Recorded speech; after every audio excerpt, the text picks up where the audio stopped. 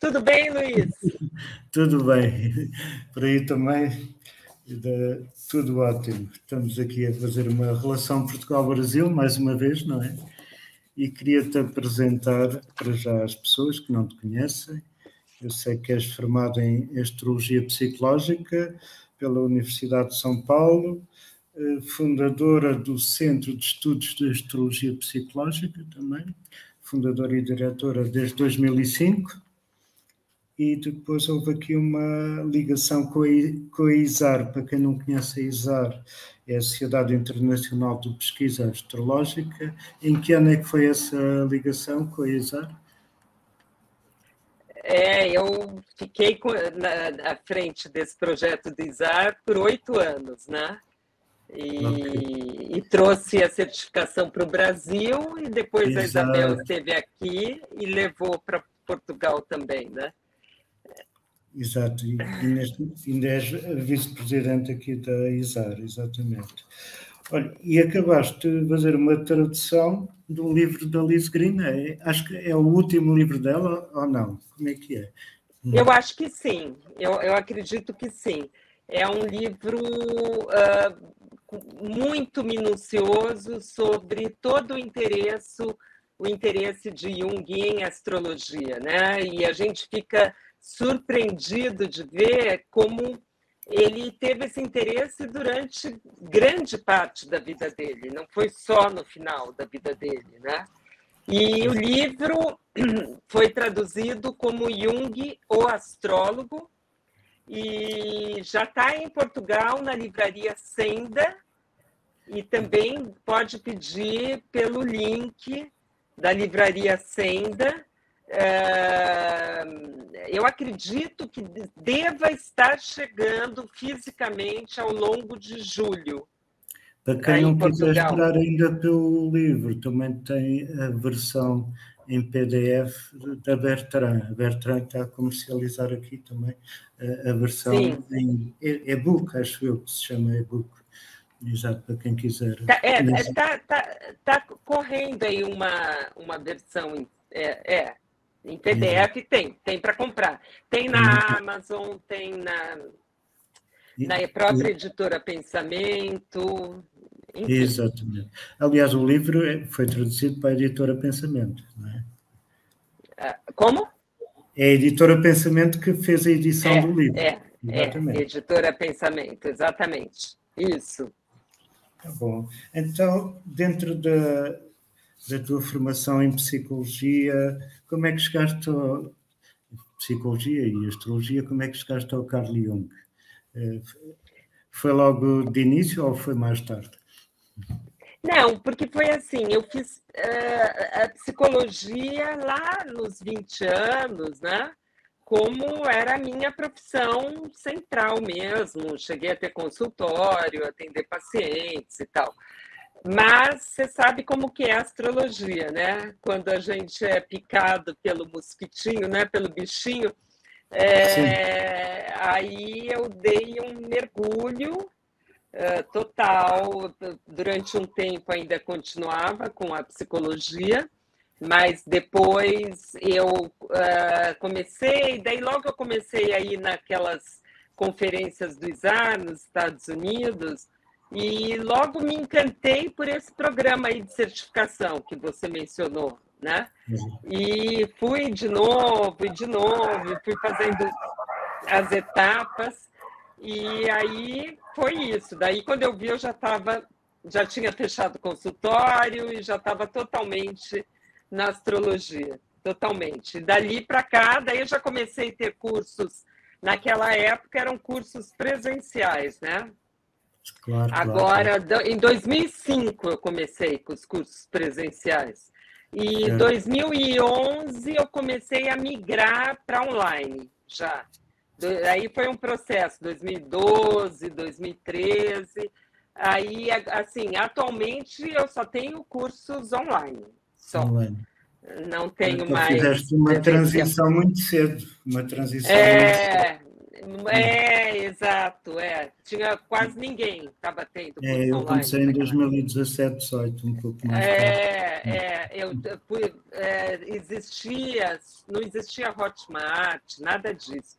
Aquela plataforma Moodle, né? Então, Sim. eu fui migrando para essa plataforma, era todo um trabalhão, né? Um trabalho longo, extenso. E Claro, aí eu tenho os cursos de formação e de especialização nessa plataforma. E eu fico muito apaixonada pelas inter-relações entre astrologia e psicologia. E dentro da psicologia, vamos dizer, a vertente que mais se aproxima da astrologia é a psicologia analítica do Jung. Né? Jung, tanto é que antes da astrologia, a vertente que eu seguia mais era a psicanálise. Okay. Mas depois eu acabei indo para a psicologia analítica do Jung por causa da astrologia, porque é impressionante o paralelo que a gente pode fazer. Eu acho que hoje na live nós vamos falar bastante disso, dessas interfaces, né? São muitas interfaces. Exatamente. Que a gente pode fazer. Por isso que iria começar por logo aqui uma questão daquilo que o Jung também chama persona ou vários eus, que na astrologia tem correspondência com os nossos planetas, não é? Queres falar um bocadinho disso? Sim, sim. Então, eu identifico, e é assim que eu ensino nos meus cursos de especialização, a persona, ela tem a gente pode fazer uma interface muito clara com o ascendente. Claro que um não é o outro, tá? Nós nunca podemos reduzir a astrologia, a psicologia analítica do Jung, nem a psicologia analítica do Jung e a astrologia. São conhecimentos diferentes. O que a gente pode fazer é um olhar para o outro, né? E estabelecer as interfaces. Então, a persona do Jung, a gente pode correlacionar bastante com o ascendente. Por quê?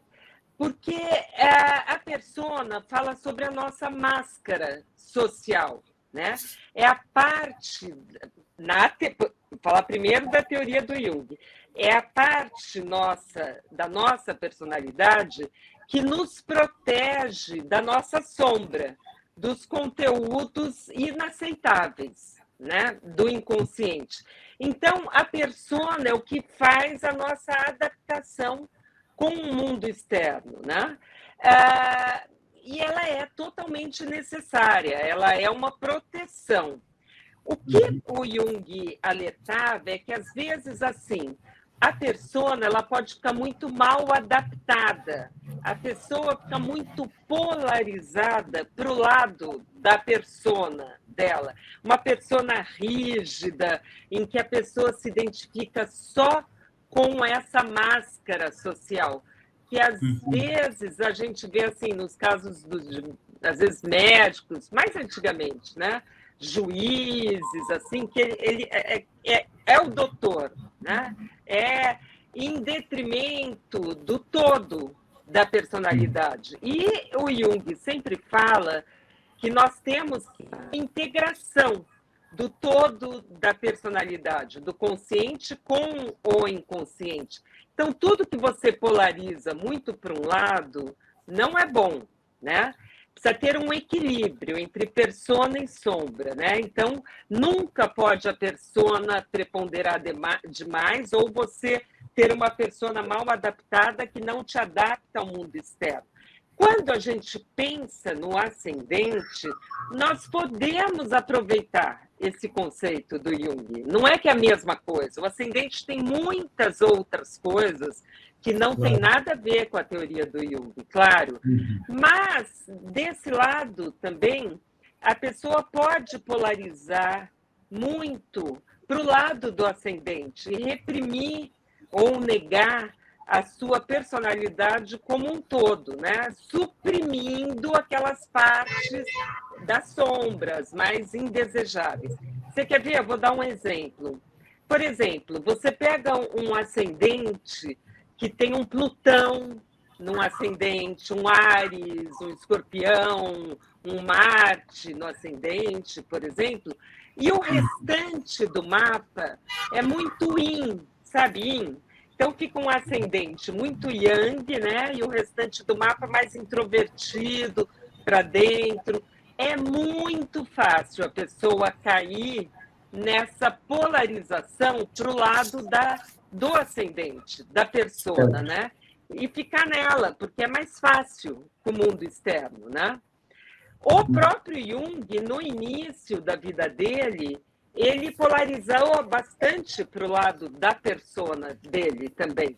E ele projetava, porque ele era o ascendente em Aquário e o Sol na casa 7 em Leão. E certo. Ele projetava esse Sol leonino nas figuras de autoridade, no pai dele também, e ele contestava muito essas figuras com o ascendente aquariano. Mas ele precisava integrar esse eixo, ascendente casa 7, até que ele mesmo se tornou uma autoridade também, né? Viveu o Sol leonino, né? Claro. Então, eu acho muito interessante. Agora, quando a gente pensa nos vários eus, né? Como está na tua pergunta, eu penso que o ascendente, ele pode ser um dos nossos eus, sim. Aquele psiquiatra italiano fala muito de subpersonalidades. Eu acho que o ascendente pode ser uma subpersonalidade, né? Mas também a gente pode ver os vários eus através dos complexos que existem no mapa, aquelas configurações tensas, os T-squares, os iods, eles vão formando uma subpersonalidade, né? Então, por exemplo,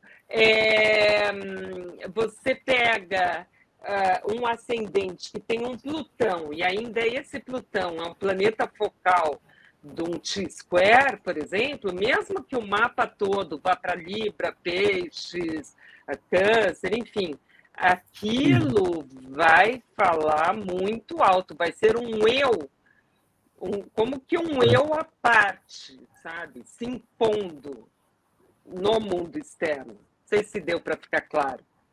Sim, eu percebi bem o exemplo. Sim, cada planeta que esteja em pontos focais ou que esteja muito acentuado pode realmente tentar ser de algum modo o comandante do navio, não é? Aquilo que os antigos quiseram também chegar com os 7 temperamentos ligados com cada um dos 7 planetas tradicionais, em que havia, eles chamavam aquilo o Almuten, era o comandante do tema, não é? Por isso, quando há um planeta muito acentuado, um ou dois, eles podem ser muito expressivos e realmente serem dominantes, quererem dominar o Almuten, sem dúvida nenhuma, sim. Eu concordo que pode se tornar uma subpersonalidade atuante, sim, exato. Com certeza. Pode ser o comandante do tema, eu acho. Você pega o regente, né? O Jung considerou muito, nesse livro que você citou, ele fez esse estudo do Almuten Figurae, né? E levava muito em conta. E, geralmente, tido como regente do ascendente, né? Mas nem sempre, porque tem também outras classificações e tal. Mas eu acho que pode, sim. Né? E ele pesquisou muito, porque o regente do ascendente dele, como era Aquário, ele só tinha pesquisado até Saturno. Então, ele fala muito do Saturno em Aquário na casa 1 dele. Na casa 1 sabe? Dele, sim. Como o Almuten Figurae e tal. Mas ele com Urano em Leão, conjunto com o Sol, aquilo depois acabou também, para também. o lado da individuação, não é? O caminho da individuação que foi muito marcado. Exato. É muito exato. É. Ele e o Freud tinham o Sol com Urano na casa 7, né? O do Freud era mais próximo. Eu também. Exato. Você também? Não, eu tenho Urano Sol, mas não em conjunção, em quadratura. Ah, tá. Eu tenho Urano muito forte no mapa também. Mas identifiquei todos muito... nós da astrologia, né? Exatamente. Sempre temos alguma questão uraniana, com certeza. É verdade. Outra coisa que analisei neste jogo das polaridades, e que o Jung também trabalha bastante com isso, ele próprio tem ascendente Aquário com Sol em Leão, por isso já vive uma polaridade logo de início bastante forte, é que quando há uma acentuação de um dos eixos, de um dos signos, de qualquer dos 6 eixos zodiacais, quando há uma acentuação muito grande num dos signos, há um desequilíbrio que gera exatamente o problema da sombra, faz emergir a sombra, não é? E depois tem que ser trabalhado o signo oposto, ser integrado, repolarizado, por aí fora. Então, esse trabalho com a sombra, nós na astrologia acabamos por fazer uma espécie de terapia, não é? Não sei se te acontece isso também, não é? Sim. Olha, essa questão da sombra, eu vejo que às vezes pode ser quase que o mapa inteiro, sabe, Luiz? Depende da conscientização, né, da pessoa que ela tem em relação. Mas é claro que um signo que você expressa mais, né, aquelas qualidades, aqueles núcleos arquetípicos, o outro oposto tende a ficar mais na sombra, né? Mais como qualidades não vivenciadas, né? Exato. Então, eu acho que sempre um signo que você tem mais enfatizado, por exemplo, um Áries, você tem que desenvolver toda a questão com o outro, relacionamento com o outro, porque naturalmente aquilo já se expressa muito. A mesma coisa o Libra, o Balança, né? Você já tem naturalmente essa tendência para ter a referência no outro. Aí o que falta é justamente o que a gente pode chamar de Áries, a referência no eu. Né? Não tanto olhar para o outro, mas sim um olhar mais para o eu, né? Eu acho que isso sim, com certeza. É muito por aí, porque se não forem integradas as energias da polaridade, a sombra depois provoca as tais neuroses, os medos, os estados psicóticos, não é? Tudo isso que vamos encontrar em memórias e experiências não integradas ou mal resolvidas do passado e que na sombra, o que é que a sombra provoca? É os tais complexos, não é? Em que ficamos agarrados a memórias, não é? Pronto. Isso é fundamental, é o trabalho da psicologia analítica, penso eu. Não é? Por outro lado, temos o fenómeno da projeção, que é quase oposto ao da sombra, não é? Em que mitificamos ou supervalorizamos demasiado os outros como à procura de uma parte essencial que está em nós, não é?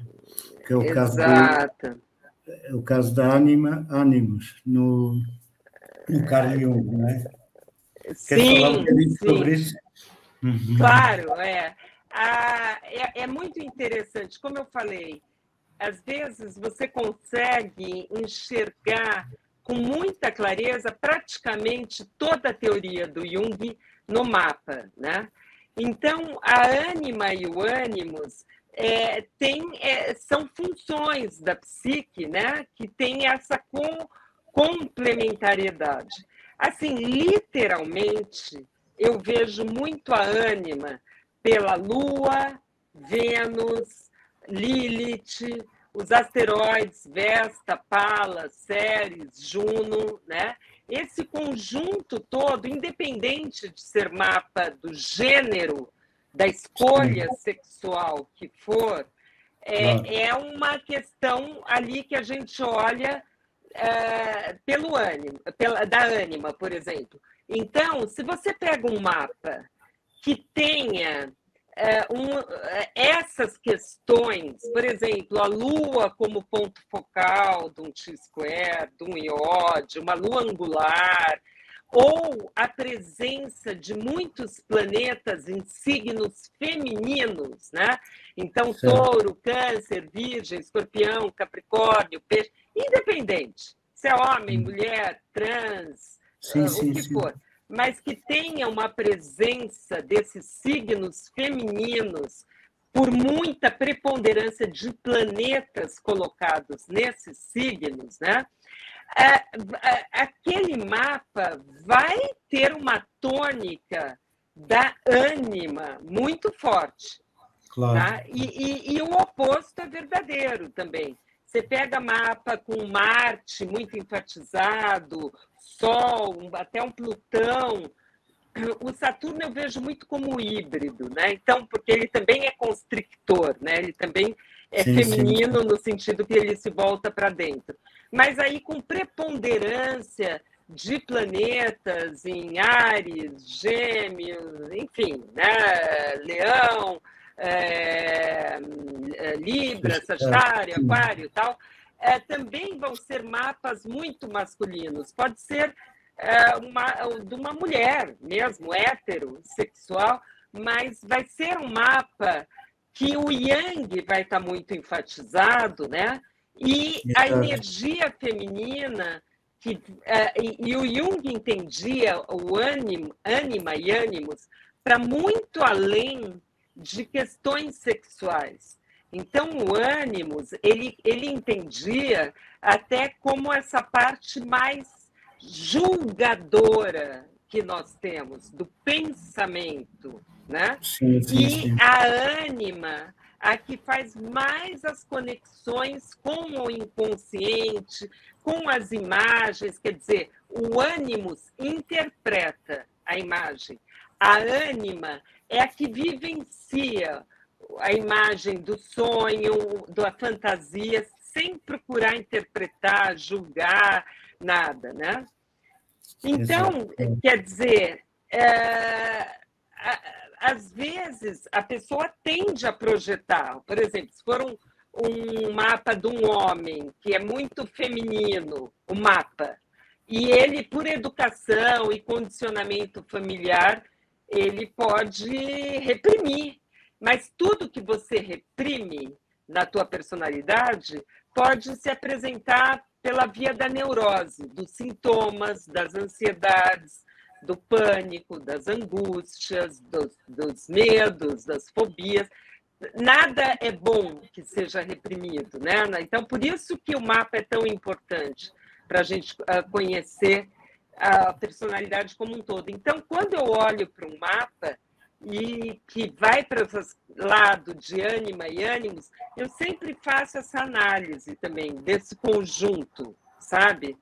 E o ideal para o Jung é sempre essa complementariedade, né? Você ter um equilíbrio entre ânima e ânimos, você fazer essa integração dentro da sua psique, né? Quer dizer, se você, por exemplo, ele dá um exemplo nesse livro, nesse que nós falamos, Jung, o astrólogo, que é muito interessante. Olha só como ele usava a astrologia e como ele ia longe nas análises.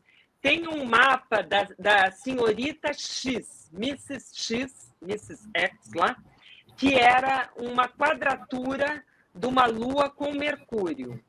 Ao mesmo tempo, era um mapa que tinha muito pouco ar, faltava o ar de elemento, e tinha uma predominância de elemento terra. Então, juntando tudo, quer dizer, ele também fazia análise dos elementos, dos tipos psicológicos, né? Exato, exato. Juntando tudo, e qual foi a conclusão dele? Que ela tinha um problema com o ânimos, de muito julgamento das coisas, muita opinião pré-formada daquela Lua com Mercúrio, e como faltava ar no mapa, ela ia muito para o lado do Terra, assim como os suíços, ele falava, né? Assim, que são muito com uma visão mais limitada, pragmática, preconceituosa, e que isso dá essa função julgamento nela, estava muito exacerbada. Aí que era uma função do ânimo. Então, olha como ele ia embora nas análises com o aspecto da Lua-Mercúrio, né? Então, é muito interessante. Agora, essas projeções a gente faz o tempo todo, né? Todos nós. Agora, a gente pode pegar alguns setores do mapa que, por si só, são mais projetivos. A casa 7 é a casa mais projetiva, nós sabemos, e as casas psíquicas, né? A casa 4, 8 e 12. São as mais... Por quê? Porque são conteúdos que a gente tem dificuldade de entrar em contato.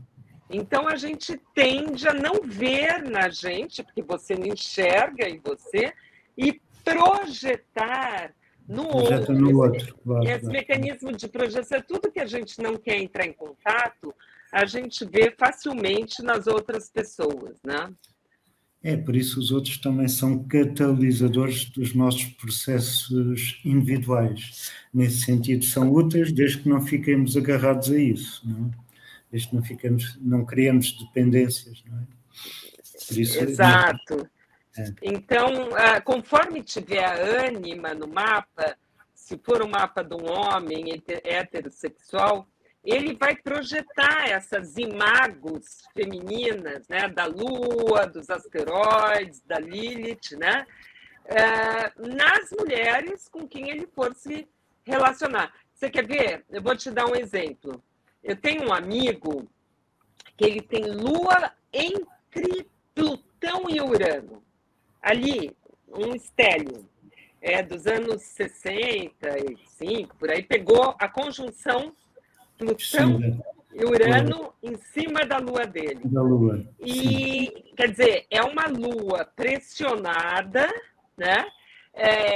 Tensa, assim, por energias transpessoais muito avassaladoras, né? Muito difíceis, e ainda com aspectos tensos. Está na casa 7, aspecto tenso com ascendente, tudo. E o Sol na 11, só com aspectos fluentes. O que era mais fácil para ele? Os amigos. Amigos homens, claro, é o lado que flui da vida dele, né?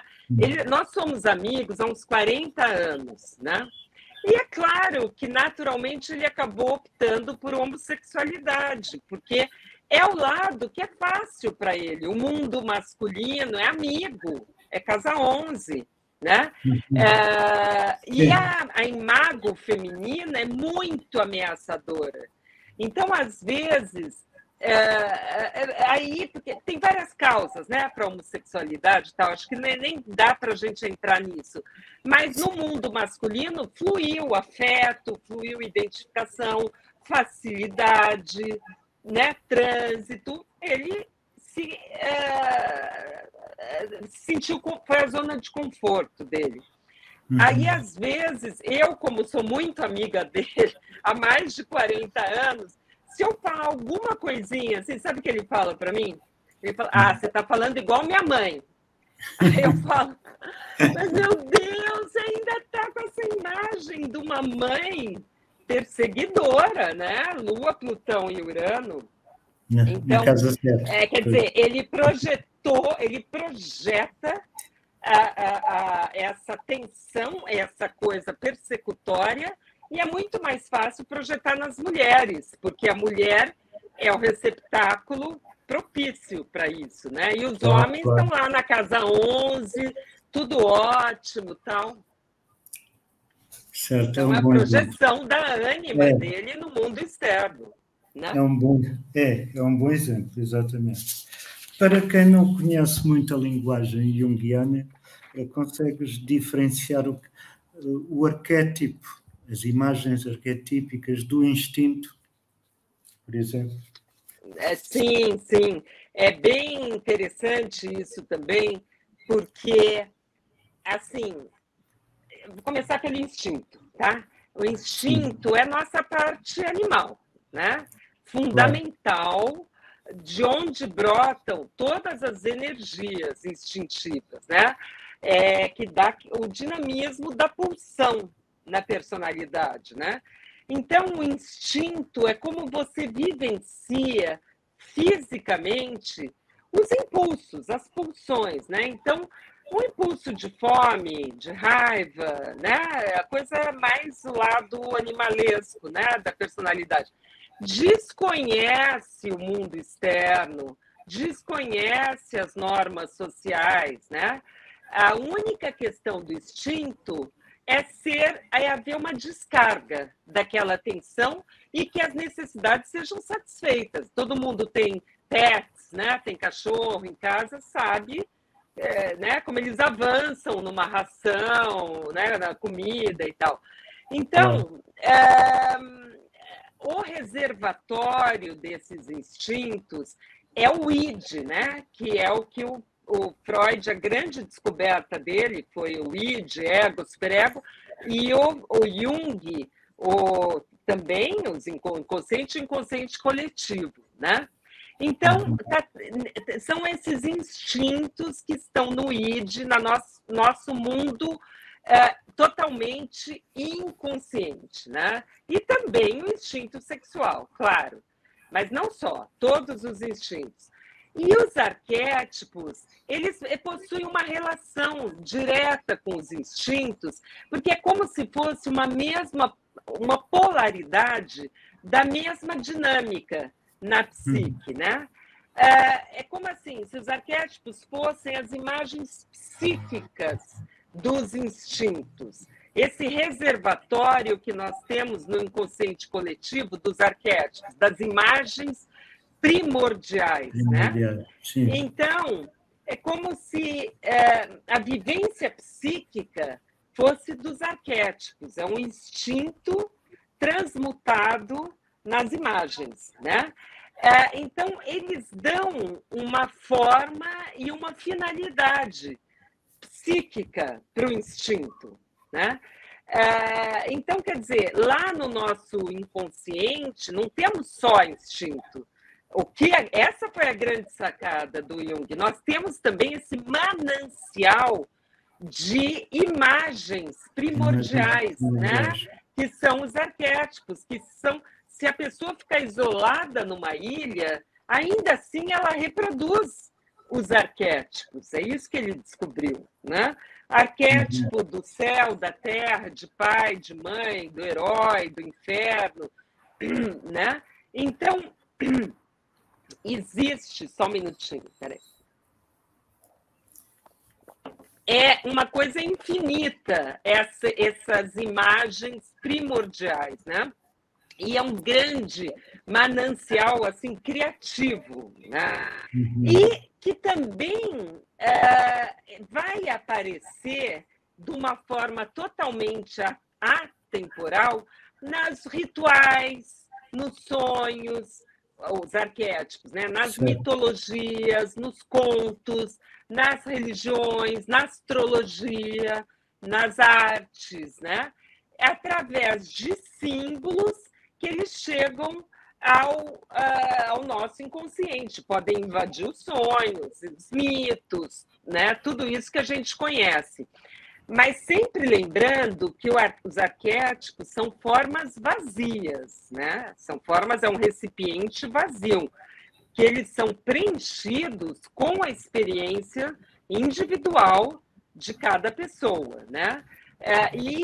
Porque a gente não entra em contato com o arquétipo, você entra em contato com as imagens arquetípicas, né? É impossível você entrar em contato com o arquétipo de Deus, né? Com os planetas na astrologia, né? É como se eles fossem assim, um arquétipo virtuais, né? Através das tuas vivências pessoais é que eles surgem na consciência, como uma imagem arquetípica. Já estou falando de imagem, você nem perguntou, mas eu estou falando, sim. Né? Mas enfim. Exatamente. Tá? Por isso o símbolo faz essa ponte entre a experiência concreta e exato. Exatamente. Exato. E no fundo... E aí, se a gente pensar assim num arquétipo como uma concentração de energia, uma imagem que a gente pode pensar, ela vai se atualizar, né, numa imagem arquetípica na psique do indivíduo, né? Então, é bem interessante tudo isso que o Jung explorou, né? Eu acho que muito porque ele tinha um ascendente aquário e Mercúrio e Vênus em Câncer, né? Então ele foi fundo nas coisas antigas, primordiais, né? E uma lua conjunta com Plutão também. Uma lua em Touro conjunta com Plutão, em conjunção com Plutão também. Por isso foi profundo. A Lua conjunção com Plutão, exatamente. Pronto. E ele dizia também que era necessário integrar e perceber os conteúdos do inconsciente coletivo. E aí que ele teve experiências logo muito cedo e quis mergulhar depois muito nelas. Não é? Acho que a mãe dele fazia as sessões de espiritismo, por isso logo desde miúdo ele começou a ter contacto com o mundo um bocadinho fora do real, não é? Quando nós chamamos. Então eu quis perceber mais o que é que se passava com as coisas. Foi uma super contribuição, né, que ele trouxe. Exatamente. Mas eu vejo bem assim essa coisa dos arquétipos, uma coisa grande, né, bem assim aquariana, né, que vai além do individual, né? Sim, e arcaica o Câncer dele também. Exatamente, os arquétipos são universais, é um bocadinho como as formas do Platão, que em determinadas filosofias chamam-se ideais, mas há determinados filósofos também que chamam formas, e estas formas são um bocadinho como os arquétipos do Carl Jung. Há aqui uma correlação entre uma coisa e outra, que fazem depois ponte entre o mundo inteligível, sensível, as imagens, o inconsciente, coletivo, tudo isso. É necessário fazer exatamente. Essas coisas. Exatamente. Daí que o Jung também arranjou uma imagem muito importante, que é o chamado self, ou a si mesmo, não é? Sim. Eu acho também essa contribuição dele, assim, fantástica. O self ou si mesmo, né? Exatamente, que na astrologia, se virmos como uma mandala, não é? Representa o centro do mapa, o centro da mandala, não é? Por isso... Exato. Aliás, sabe como é que eu... Diz, Márcia. Eu vejo assim, eu vejo em dois níveis, né? Num nível, eu vejo essa questão do self, do si mesmo, que você pode observar muito pelo Sol no mapa, pela seguinte coisa, o Sol, ele é o centralizador, ele deve ser o centralizador do mapa. Eu vou explicar, vou chegar lá, senão às vezes não fica claro. Ele deve ser o centralizador da personalidade e os complexos todos das configurações, que essas coisas que a gente fica repetindo, automatizando, né, de forma automática, inconsciente, deveriam ficar subordinados a esse centro regulador da psique, porque se você pensar o Sol, sabe, Luiz, ele, independente dos aspectos que ele faça, ele tem essa função muito parecida com o ego, mas não no sentido do ego freudiano, no sentido Sim. do ego junguiano, que é o eixo, o ego-self, que é um eixo muito mais profundo e que representa a divindade, né, dentro de nós, a nossa parte transcendente, espiritual. Então, mas ele também tem essas funções de coordenar o mundo externo e o mundo interno, que são as funções do ego também, do ego freudiano. De assim, até onde que eu posso ter as minhas vontades, meus instintos satisfeitos e até onde que eu tenho que adaptar ao mundo externo. Não pode tal coisa, tem o outro, existe a sociedade e tal, né? Mas como o Sol fala dessas nossas necessidades básicas, né? Quando você pega um mapa com um Sol sem aspectos, eu acho que é uma das coisas mais complicadas, porque o Sol ele fica com dificuldade de fazer essa mediação. Sim. Entre o interno e o externo, entende? Então, às vezes, eu já vi de várias formas, de várias expressões. Eu já vi, por exemplo, a pessoa ficar muito voltada para ela mesma, né? Uma coisa egóica, assim, desconsiderando o mundo externo. Eu já vi a pessoa não conseguir se ancorar no próprio eu, estar bem em ser quem ela ser levada totalmente pelos complexos, os complexos mandando no mapa. Eu já vi a pessoa chegar num ponto assim de abrir mão de tudo e viver tudo espiritual, assim como não tem um eu mais mandando, né? Então isso é um nível, tá? Que eu vejo do self em si mesmo. A pessoa ela deveria estar muito ancorada nesse eu, em ser quem ela é, profundamente conectada com esse eixo centralizador que é o self, olhando para dentro, conectada com a própria divindade que existe dentro dela, sem se deixar levar pelo externo, pelos complexos, muito firme em ser quem ela é. Um outro nível, então eu observo sempre como está o Sol no mapa, tá? O outro nível desse self que eu vejo é a própria integração do mapa como um todo, a mandala toda, como você falou, né? Porque é exatamente esse transcender do mapa, quando você vai superando as dificuldades do teu próprio mapa, que todos os mapas têm níveis diferentes de dificuldade, mas tem, né?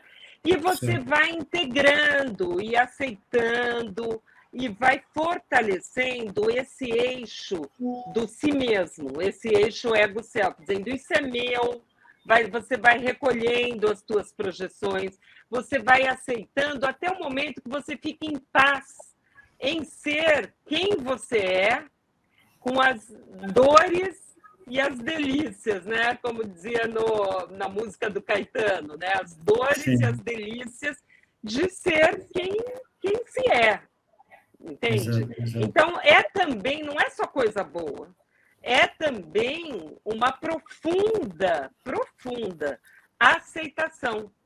Mas quanto mais você está ancorado nesse eixo do si mesmo, mais essas projeções, atuações, repressões, confusões na vida, no mundo externo, elas vão diminuindo. Vai tudo diminuindo, porque você vai recolhendo, fala, esse material é meu, eu não preciso projetar. Eu já sei que isso é meu. Sim. Entende? Então, tudo isso eu acho que é integração. E ele fala, né, que a gente nunca termina, você nunca integra 100% todo o teu mapa. Mas eu acredito muito nesse caminho, de que você pode melhorar muito essa integração. Sim, eu faço esse paralelismo para já com o caminho de individuação do Carl Jung, que é, no fundo, é percebermos e consciencializarmos melhor o nosso ego, porque o ego é o centro da consciência, numa primeira fase, e depois fazer o salto para o self, que é o chamado caminho transpessoal, onde podemos dizer que é um caminho infinito, mas é um caminho de grande realização, porque vai estando mais longe do instinto e vai estando mais conectado com a linguagem simbólica, exato.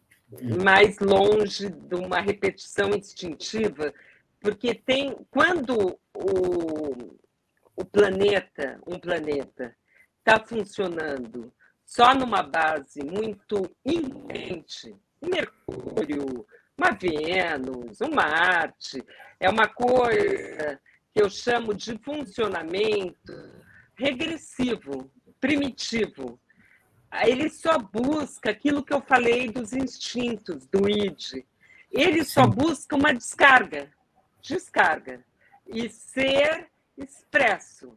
E não considera, por exemplo, um Mercúrio desregulado, uma Vênus muito tensa. Então, o Mercúrio, por exemplo, às vezes pode ser aquela pessoa que fala coisas, mas não conecta com ela, não para, não pensa, não simboliza, não percebe que é dela, descarrega. Você encontra com ela, você descarrega em cima de você, né? Uma Vênus num funcionamento muito primitivo, também são os relacionamentos que são muito mal vivenciados, né? Ou a pessoa, às vezes, se funde muito no outro, se for uma Vênus-Netuno, uma Vênus muito tensa, uma Vênus-Plutão, é tudo na base da intensidade, do tudo ou nada, daqueles amores, né? Uma paixão, aquele medo da perda, aquela coisa exacerbada, né? E daí acaba. Então, quer dizer, ela não está ancorada no eixo ego-self dela, ela está sendo levada. Eu falo que vampiriza o mapa, sabe? Aquilo consome a vida da pessoa e ela não se dá conta do que está acontecendo, né? Então, são funcionamentos muito, muito primitivos ainda, que só visam uma descarga, mas não tem a intermediação do ego. Quais são as funções do ego? Exato. Espera, aprendizado, memória, e por aí vai. Tá? Daí esta relação da astrologia com a psicologia ser muito útil no processo de autodesenvolvimento, naquilo que eu acabo por chamar também uma astrologia alquímica, porque faz com que cada um faça processos e se transforme e amplie a sua consciência, não é? Exato. Mas é como eu falo, às vezes a pessoa tem astrólogo que acha assim, não, mas a astrologia não tem nada a ver com psicologia, não precisa. Claro que não. A astrologia existe há 4.000 anos, sei lá, é óbvio que não. Porém, se você se abre, é como nesse livro, a Liz Green fala, que o Jung ele se abria para temas que muitas vezes na academia são tidos como temas deploráveis, né? Misticismo, astrologia e tal.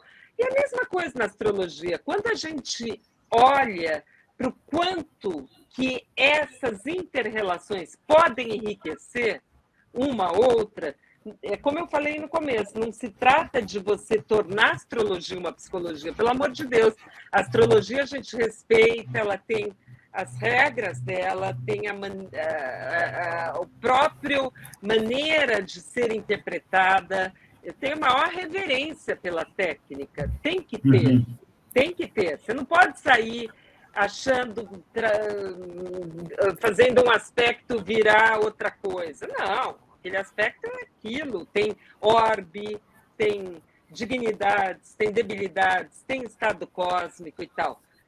Mas quando você, por exemplo, quando no primeiro exemplo que eu dei da persona e do ascendente, você começa a acrescentar um olhar. E a mesma coisa que na psicologia do Jung, quando você olha para o mapa, meu Deus, você tem tanto insight em relação a um paciente, né? Eu atendo, né? Eu atendo uma família, só para te contar um caso, eu estou atendendo essa família desde fevereiro do ano passado, quer dizer, vai para 1 ano e meio quase, né? É a mãe, o pai e o filho. E é um filho que ele tem aquele transtorno opositor, TOD, que chama, desafiador, né? Então, ele não controla os impulsos, ele sai batendo. Ele bate, já bateu no pai, já bateu na mãe, já quebrou coisa em casa e tal. E eu só tinha o mapa dele, que a gente chama em psicologia o paciente identificado, que ele que é o problema, vamos dizer, o paciente identificado. Agora, depois de mais de 1 ano de atendimento, eu consegui o mapa do pai e da mãe, os dados de nascimento. Daí eu fiz o mapa, nossa, muda o atendimento, muda, porque você começa, é como se você tivesse uma bússola mesmo. Você consegue enxergar com clareza os entrelaçamentos entre eles, o Sol, a Lua de um, o Plutão de um, os nodos, nossa Senhora. Começa-se a ver a dinâmica, pois, exatamente. É muito interessante. Então, o Jung, nesse livro aí, ele fala para o Barbot que a astrologia seria de grande utilidade para os psicólogos. Entendeu? Muito, muito bem. Olha, esta nossa conversa já vai longa. Gostei muito desta nossa entrevista. Sim, eu também. Queria-te agradecer também o teres aceito este convite e até uma próxima oportunidade, que será em breve, porque estamos nesta relação Portugal-Brasil, não é? Mais próximo. E... Espero que sim. Tá bem. Muito obrigada pelo convite também, Luiz. Um resto de bom dia. Valeu. Valeu. Obrigado. Agora vamos estar aqui 1 ou 2 minutos, porque a Kátia tem algo para vos apresentar e neste caso é o sorteio deste domingo. Vamos. Espero que o som tenha estado... Sei que não estava muito famoso, mas espero que tenham ouvido bem. Olá, Kátia. Olá, professor. Olá, Viva. Então, como está? Boa tarde. Tudo bem. O que é que hoje tem para nos apresentar?